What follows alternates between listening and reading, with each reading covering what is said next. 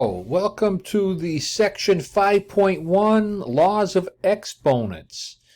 Now, you can see from this homework there's 22 questions, and that means that there are a lot of short answer problems here.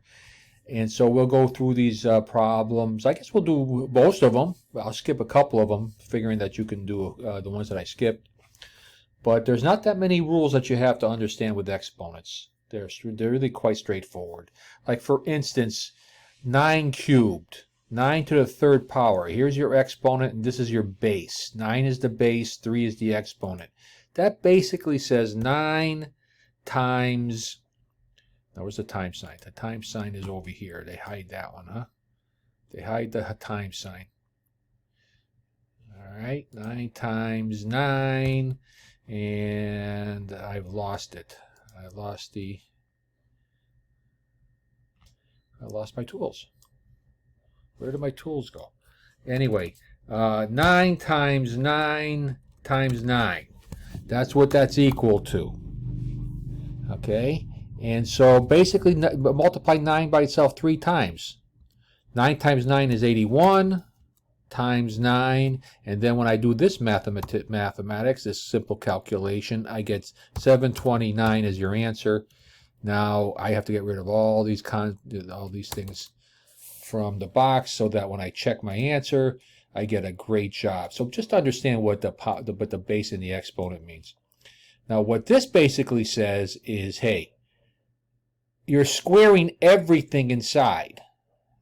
Okay, if it's a fraction, you're squaring the top and you're squaring the bottom. Another way to think of it is you write down, let me put that time sign in there.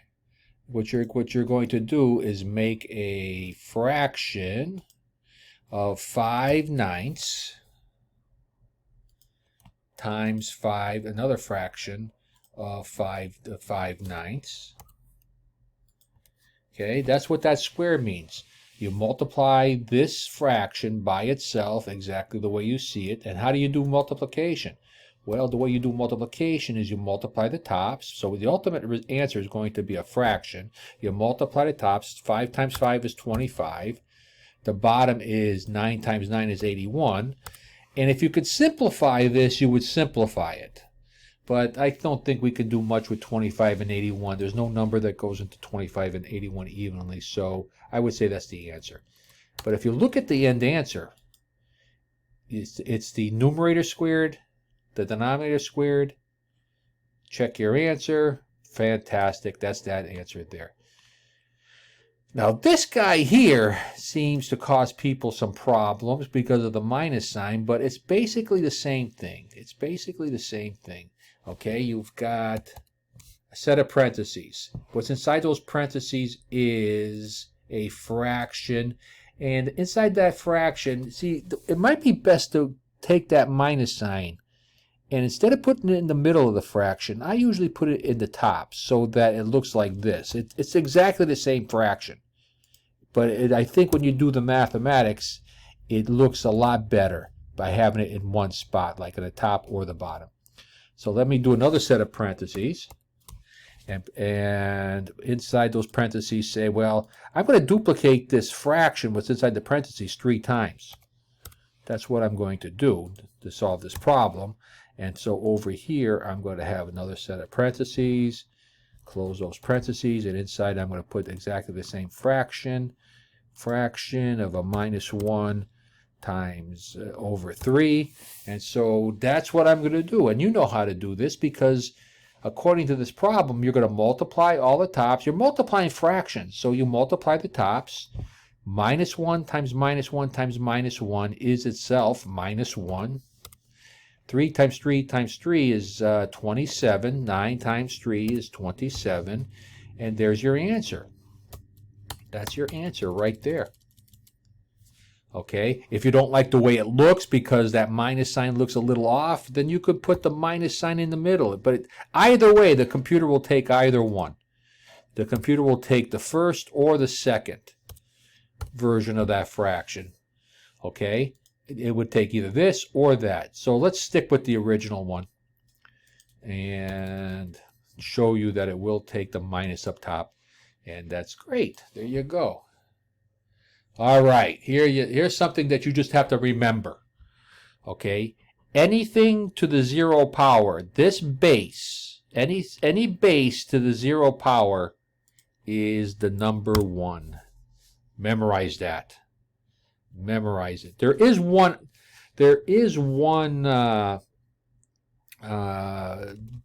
deviation from that rule, okay, and that is 0 to the 0 power.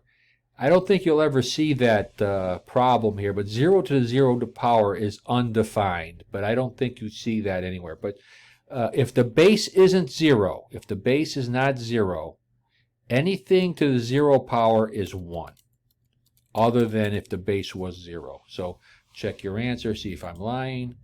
Check, well done. Okay, what do you think that answer is? I'll let you enter that one yourself. Now, rules of exponents. Here's the rules of exponents. When you're multiplying like bases, like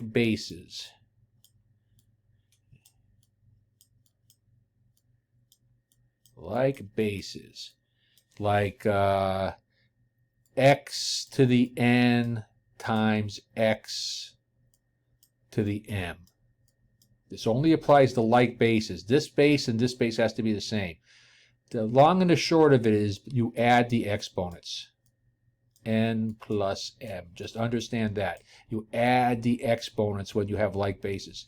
If they're not like bases, then you can't do the problem. You just have to leave the expression the way it is. So if I were to do, it stands to reason that that's what you're going to do here, because basically what you got, this guy here says you've got 3 9s that are multiplied out. This says you've got 8 9s that are multiplied out. Okay, so you've got 8 9s and 3 9s all multiplied out. The net effect is you have 11 9s. Now you don't have, that's basically the answer. I would, if you wanted to show that, see that working longhand to show that it works. Here's what you have: 9 times 9 times 9 times 9. Let's put that in parentheses. Pretend there's a little dot in between, because apparently I can't put little dots there because it's too complicated. Okay, and then what you're going to do here is for the second one, you got 8 9, so you got 1, 2, 3, 4, 5, 6, 7, 8 9s, all multiplied out. The net effect is you're multiplying 8 and 3 9s, or 11 9s all together. So you don't have to do what I just did. You just basically have to just understand that you've got 9 to the 11th power. You add the exponents, and that's all you have to do for that problem. That's the law of exponents. Now, there's another law of exponents when it comes to dividing. So when you're dividing like bases, so say you have a situation like this where you have x to the n and x to the m, and you're dividing those two expressions here. As long as there's like bases, you don't have to do any special mathematics. What you would do is you would say n minus m. Okay, you subtract the exponents. And that goes to show you that, and that makes sense if you think about it, because here we have a fraction. Okay, we have 6. Come on there. Here. We have 6 6s up top. That's what that 6 to the 6 means. You're multiplying 6 6s, and here you've got 1, 2, 3, 4 6s. Okay, wonderful. Now, when you've got a bunch of factors, and these are all factors, pretend there's like little dots in here saying that you're going to multiply. To simplify this, for every 6 you have on top, you cancel a 6 here. Well, it looks like I have a 6 here and a 6 there. I cancel those two. Okay, I have a 6 here and I have a 6 here. I cancel those two. I still have 6s top and bottom. I cancel one of these and one of these. And then what we're left with is another one of those 6s. Okay, it looks like we canceled everything. If you cancel everything, what's left over is 1 in that spot. What you have up top is basically 6 times 6, 36. Oh, let's make a fraction. Let's go back here. Let's make a fraction. 36 over 1. But 36 over 1 just doesn't look right. Anything divided by 1 is just whatever's on top. The answer is 36. Now, I could have got that. Understand the rules of exponents. I didn't have to go through all that aggravation I just showed you here because I just wanted to show you why this works. Okay, ultimately, I didn't have to do all that because what happens is I have like bases. That's good.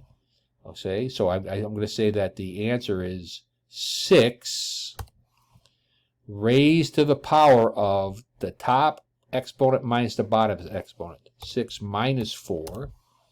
Now, as an exponent, that's equal to 6 to the squared, right? 6 minus 4 squared, and I would have got the answer of 36.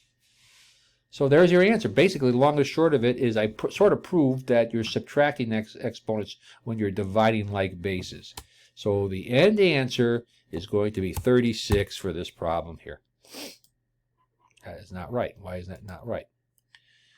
6 to the 6th, 6 squared. I must have did something wrong. Here, let's write down. Oh, types. Okay, I'm sorry. The answer is 36, but I didn't read this. Types exponential notation. See, you should always read things. So 6 power squared. That's what they wanted you to see, I guess. There you go. Which is 36, because 6 times 6 is 36. Okay. All right. What's this answer here? What do you think this answer is? Well, you can't use any special rules here because the bases are not the same. And if they're not the same, you can't do anything with the exponents. You just got to learn to live with them. So you can't simplify them. You can't do anything. You just can't do the problem. You got to leave it alone. Okay. Now here we got A's and B's, and we don't have any plus signs. We don't have any minus signs. But everything is being multiplied out. So what you do to do a problem like this is you look at the like bases. How many A's do you have? A raised to. Well, if you're multiplying like bases, you add the exponents. 6 plus 8 is 14. We're done with the A's. Now you do the B's. How many B's do you got? Well, I got 3 here. That's multiplied on another 3, so that gives me a total of 6. Check your answer. Fantastic. So you can do a whole bunch. I'll leave you with this problem here. You can do this problem yourself based on what I just said. Just handle the x's separately, the y's and the z's, and you'll just get the answer. Now, I will warn you that if you've only got one z, well, I know you're gonna have. Looks like you're gonna have. Well, it looks like you could do this problem, but pretend that we had something that looks like x squared. This is not the answer. This is not the answer. Y cubed z to the 1. Don't write z to the 1. It'll be marked wrong because anything to the first power is just that thing. It's just a base. And the computer is going to say, I'm not going to accept that. The 1 power. So don't do the 1 power, and you should be good to go. Just add a little word of warning when you do these homework problems. Halfway there. Okay, negative exponents. I have to talk about negative exponents. Basically, you start off any one of these expressions with a numerator. I'll call the numerator A and the denominator B. Okay? And you could represent any expression as a numerator and denominator. Even the number 36 is a fraction. It's over 1. Okay, so anything can be represented as a numerator and denominator. And what they're saying here is, like in this case, 4 to the minus 1 can be represented as a fraction just by putting it over 1. Now, what they're saying is whenever you have a negative exponent means that this term is in the wrong spot. And what I mean by the wrong spot, it's either on the top or the bottom. And I really should say numerator and denominator, but it just looks better to say top and bottom. See, this term here is in the wrong spot. Instead of being on the top, it should be on the bottom. So I'm going to move it to the bottom, but when I move it to the bottom, I'm going to put it with a positive exponent. And once you move something, okay, if there's nothing left, you replace it with 1. Okay, so there's your answer. The long and the short of it is negative exponents means that that corresponding term is in the wrong spot. Basically move it to the opposite spot as with a positive exponent. That's all you do with negative exponents. And it's just not cool to have negative exponents, by the way, in this algebra course, or in any algebra course for that matter. So if they're perfectly legitimate, but again, the negative exponent means it's in the wrong spot. So for this problem here, this is 1 over 4 to the 1, forget the 1, 1 over 4. That's the value of that problem here. 1 over 4 should be the answer. You get to pick it. Great. I think we'll have a whole bunch of these. I'm going to let you do that one. But I will do this one. And let me just get rid of this piece of virtual paper, file new, and I'll start off with another sheet of virtual paper, and I'm going to write this problem down. Okay. First thing you have to understand is the exponent binds to the term. Unless there's a set of parentheses around, the base to this exponent is the x. It's not 5x. Okay, if there was a set of parentheses around it, then that minus 3 would bind to the 5x. This is saying, what I mean by binding is that this is the expression that we need to worry about. X to the minus 3 is 1 unit that happens to be multiplied by 5. Well, I look at that and I say, well, the long and the short of it is that everything is a fraction. This thing right here is in the wrong spot. There's an implied over 1 here. There's an implied over 1. So if it's in the wrong spot, I put it on, instead of being on top, I put it on the bottom as a positive exponent. If that was a edit undo, let's make it a better looking 3 though. Okay, that's a better looking 3. The 5 is where it should be. There's no negative exponent associated with the 5, so just leave it alone. There's the answer for that problem.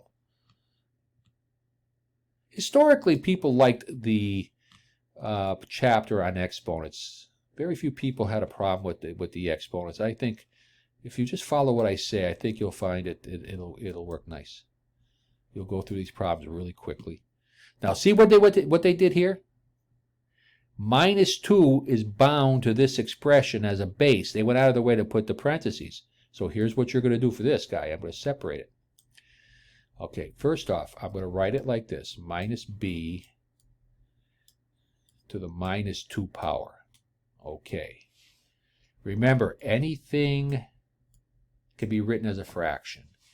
What this says is this expression is in the wrong spot. It should be written on the opposite side. Instead of on the top, you write it on the bottom with a positive exponent. And if you move that expression down and there's nothing left over, it's over 1. Now this guy here, you have to understand what this guy here is. This is negative b times negative b. That's what that negative b squared is. It's negative b times a negative b. That's what the square does. Okay, over 1. So if you look at it, let me go in this direction.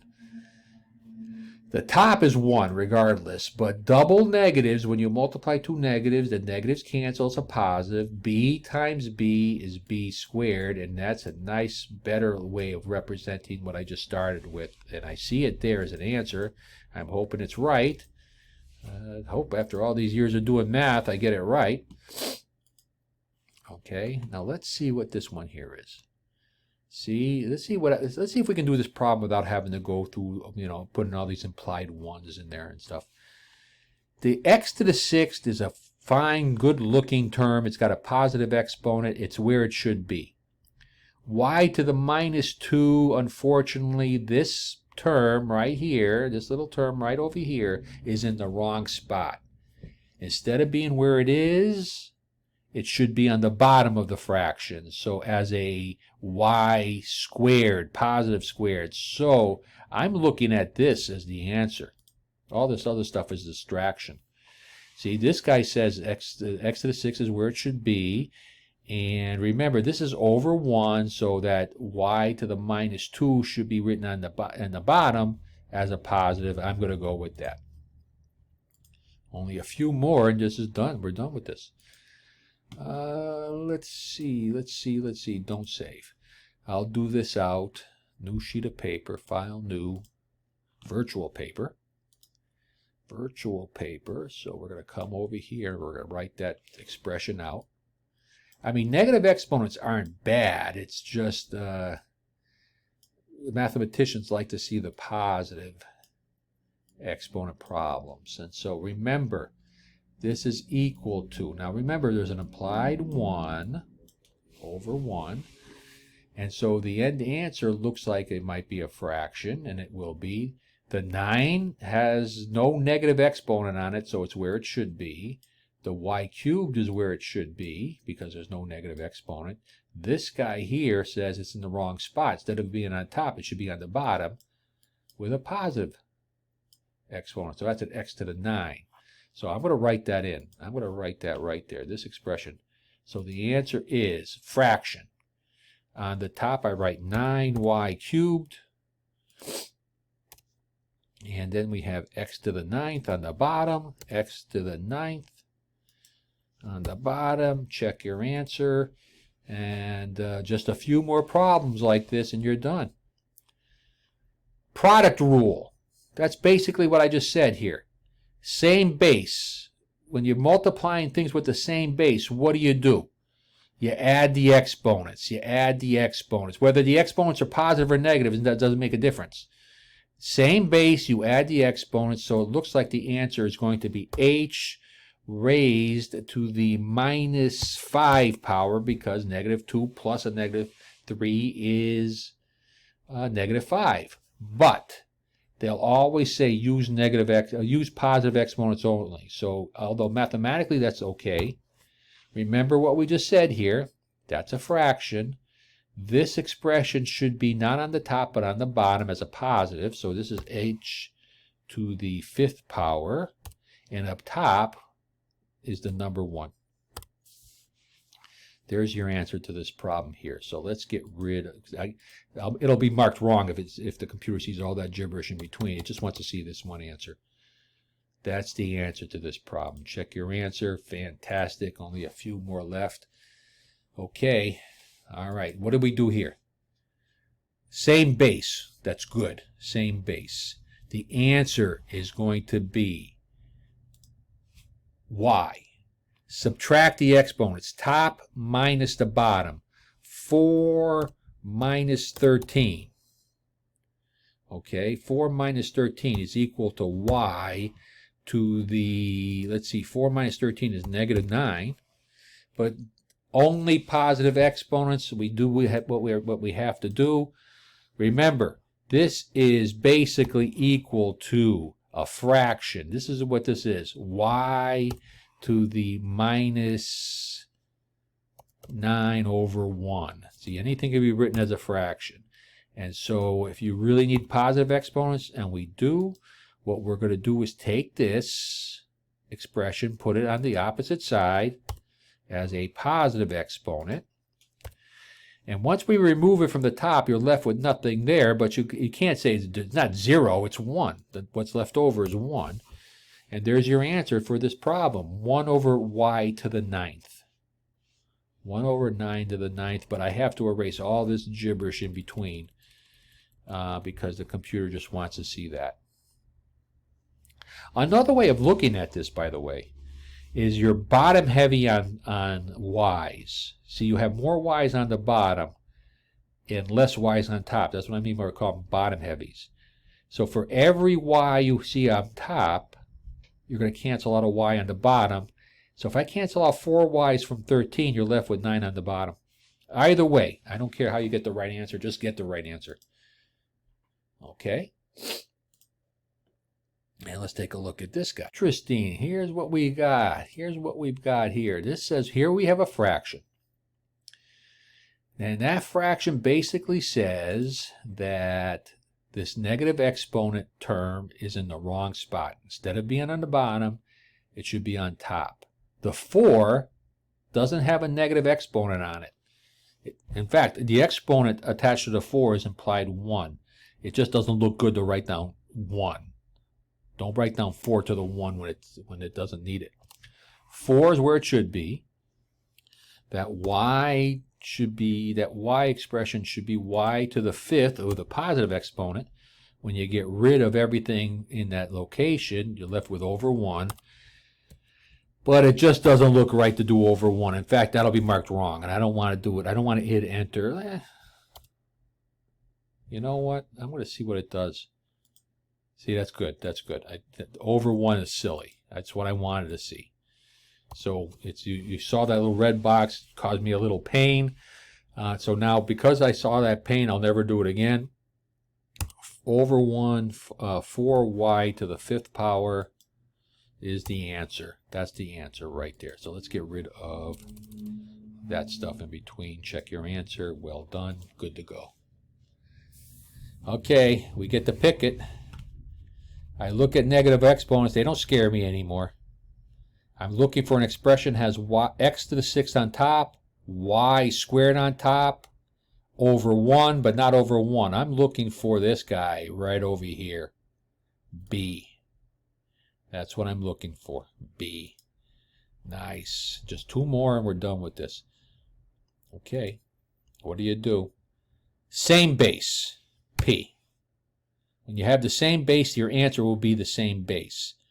What you're going to do is you're going to subtract the exponents. You're going to subtract the top minus, you're going to subtract the bottom.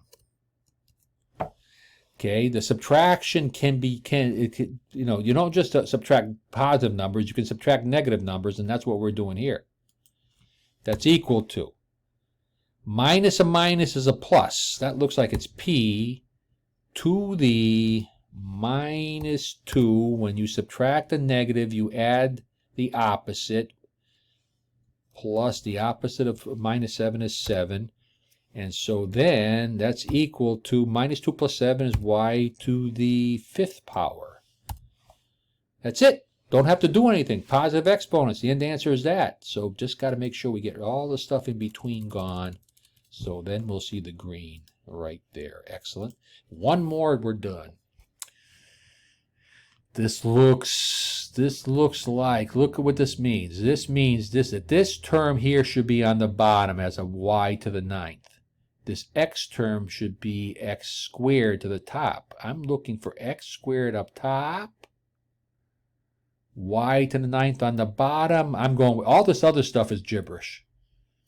Okay, so just do the problem out. Just do the problem out. X, and just have faith that you're doing it right. Don't look at the answers when you have this multiple choice stuff. This is what you have here. And again, all this means is that negative exponent should be on the opposite side, so x squared as a positive. This negative exponent y term should be on the opposite side, the bottom in this case. And that's it. That is it. And so those are the laws of exponents. I hope you got it, because you're going to need it in not only Algebra 1, but Algebra 2 and beyond. So let's check our answer. Check your answer. Nice work. And we're done with this section. I hope you enjoyed it. We'll see you on the next section.